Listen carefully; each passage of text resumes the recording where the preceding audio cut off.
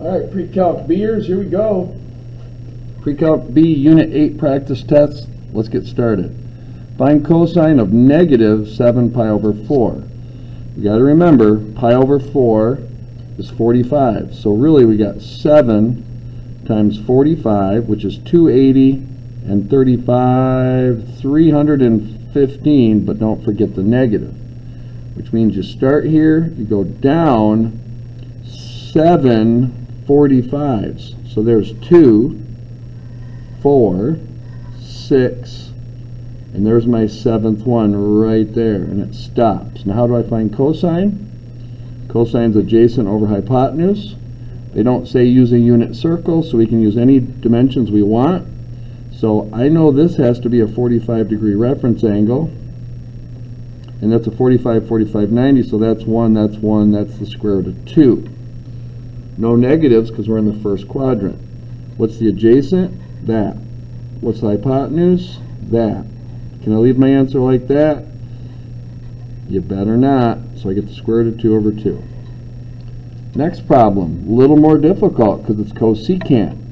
You got to remember, what is cosecant the reciprocal of? It's the reciprocal of sine. So what I'm going to do is find sine of 4 pi over 3 and flip it. So we better know what pi over 3 is. Pi over 3 is 60. So 4 times 60 is 240. So that means we've got to take our spinner, flip it up to 40. Take care of things and be accurate-ish. 180. I got to go 60 more. In other words, draw your triangle with some accuracy because it's going to help your brain. Now, to complete my right triangle, can I go to the y-axis? Never, never, never. You always got to go back to the x. Also, if this is 240, I know that's got to be 60, and there's my 30, and that's my 1, that's my square root of 3, and there's a 2. Now, if you leave it like that, it's not going to work good for you. You got to keep track of your negatives, because that point right there is actually negative 1, negative square root of 3, so you have to keep track of these things in your drawing. Now let's focus on sine. Opposite over hypotenuse. So if the problem was this, my answer would be negative square root of 3 over 2.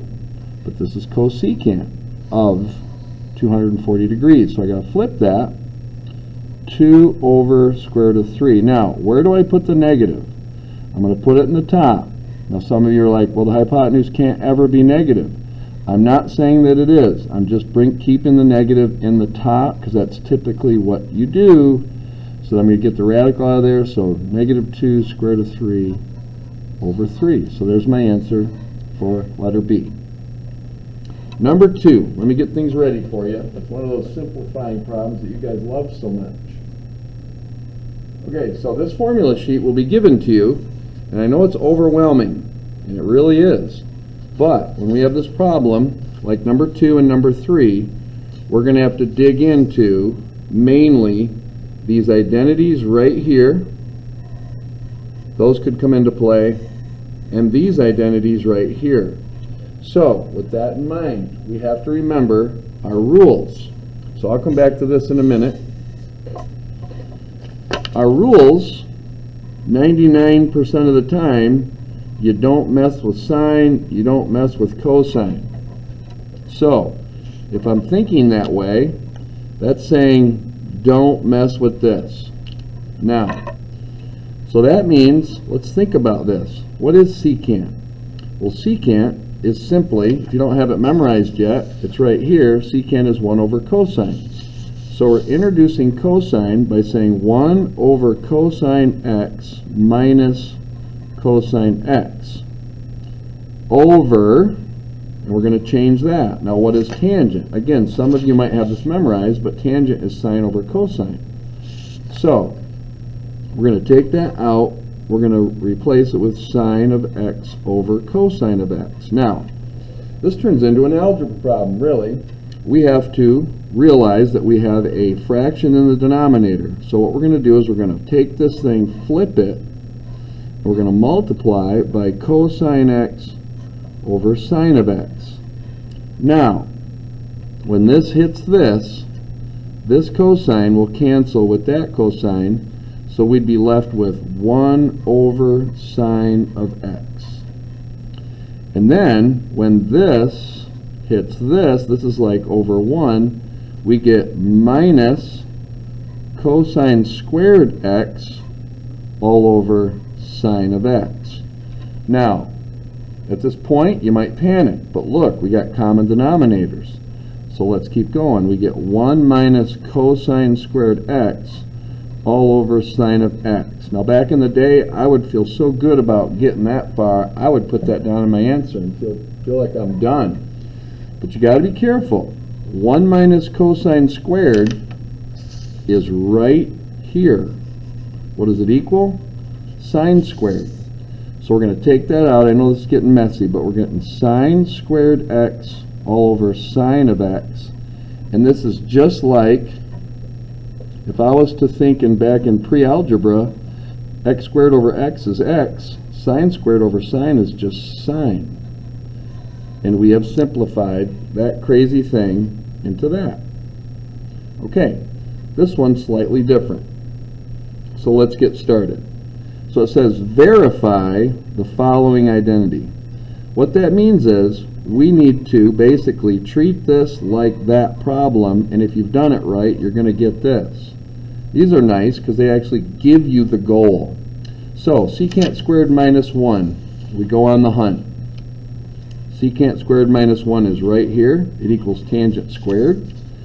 So we're going to replace the top with tangent squared theta all over. Now, remember, back to here. We don't mess with sine or cosine. So basically, everything else is fair game and should be.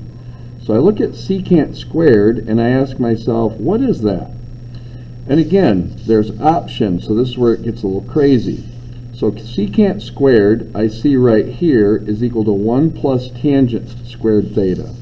That would just make things kind of messier. So, is there somewhere else where I can find secant squared? And the answer is yes, it's right here. It's 1 over cosine squared. I don't know if you can see that very good. So, or tangent squared theta over, again, this right here is 1 over cosine squared. And now this is looking like, wait a minute, I think we're going to use this. This looks a little messy for me. What is tangent squared? Well, again, tangent squared is sine squared over cosine squared. So if we go that route, we get sine squared theta over cosine squared theta over 1 over cosine squared theta. We got a fraction divided by a fraction. So what did we do last time? We flipped this and multiply. So we'd get cosine squared theta over 1. These would cancel. What are we left with? This, which is this. So we just verified it. All right, let's get into this graphing. So first of all, oh shoot, I just realized on this formula sheet, you need some more formulas. So I'll add those, but so amplitude, absolute value of A, period, 2 pi all over the absolute value of B. Horizontal shift is C over B. Vertical shift is just D. If D is positive, up, negative, down. So with that in mind, let's identify the amplitude. So we take there's my A, which is negative 2. Take the absolute value of it, we get 2. So we're just finding information here. First of all, just using the formula, and then we'll actually sketch a graph over here. So period, 2 pi all over the absolute value of B, and B is sitting right in there. If I distributed it, it'd be 2x. So that'd be 2. So that period has been horizontally shrunk. Now the shift is moving right or left, and that's where we go C over B. This is my B, this is my C, this is my D. So I got C, which is pi over 2. I'm ignoring the negative for a minute, over 2. So that would be, remember, this hits this, and we get pi over 4. But if it's minus, that means we're going to go to the right, pi over 4. Vertical shift, we're just going to go up 3. So I've identified all the things. Now let's actually put it into motion. So the first thing we have to understand is this is built off the parent function y equals sine of x. Get that, there we go. And we need to know that that goes, this is my 1, this is my negative 1, so it goes through like this. Above pi over 2, it goes up to 1, and then back to 0. Goes down to negative 1, back to 0. Do your best job. There's one period, and that's all it wants, one cycle. But now we got to do some nifty work. That negative right there is a rule all by itself. That's going to go over the x. So I'm going to make this dotted, and then I'm going to go like this. That's what so that negative flipped it.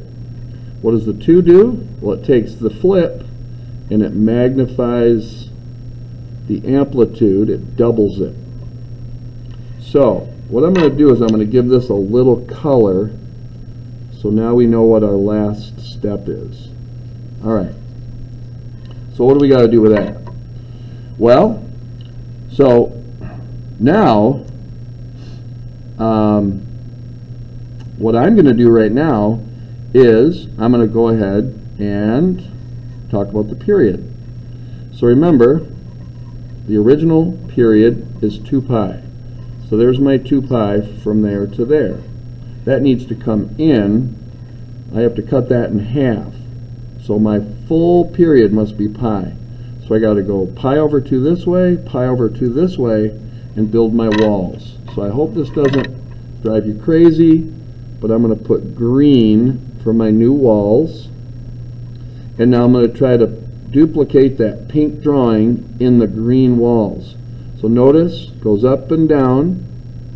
So I'm going to go up and down, squeezing it. This goes down and up. So I'm going to go down to negative 2 and up. So there we go with the horizontal shrink by 2. Okay? New period pi.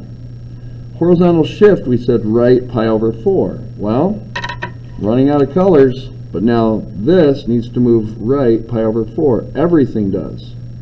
So this is going to go like this. This is going to go here. This is going to go here. This is going to go here. So we go like this and like that. And we're still not done. So for the grand finale, we're going to go orange and move that whole thing up 3. So this is 2. Actually, let's start here. So that point right there is going to go up to 3. This is going to get kind of crazy. Up to 3, right about there. This point is going to go up to 5. So 3, 4, 5. This point is going to go up to 3. So I know that's going to go up and back down. That went to there. So that right there is negative 2. Up 3 would be here to positive 1. And then that point right there is at 0, so that would come back up to 3. There it is. So hopefully you can see that that's the blue one up 3 units. And there you have it. Okay, so number 5. You really got to read the instructions. Use the angle sum or difference formula. And notice I've folded my sheet. Oh shoot, I cut off the title. So what I'm saying is, give me a second, I'm so sorry. So look at, it says trigonometric sum or difference formulas. So they are trying to help you wade through all these crazy formulas, and they're trying to highlight these 6, and they're saying use one of those. Well, if you notice, we got sine, cosine, minus. Well, over here I see sine, cosine, minus. Now let's make sure everything else matches. Cosine, sine, cosine, sine. So we're being told, if you're given this, then go that way. So aha, this whole thing turns into sine u. What's u? The first thing. You can see the first thing. And that's 74 minus v, which is the second degree measure, which is here. And it repeats itself here. so that'd be 14. So what's 74 minus 14? 60. So the problem is, it says determine its exact value. Now that does not mean type it in your calculator. What it means is take your spinner, spin it 60 degrees, there it is, create your triangle, there's my square root of 3 because that's opposite to 60, that's my 2, this is my 30, so that's my 1. What's sine? Opposite over hypotenuse, so that'd be square root of 3 over 2. When they say exact value, that's what they want. If you type this in your calculator and you give me some decimal, that is not what they want. They want you to build your triangle and find the fraction. You've got to show your work. That finishes part 1 of this video.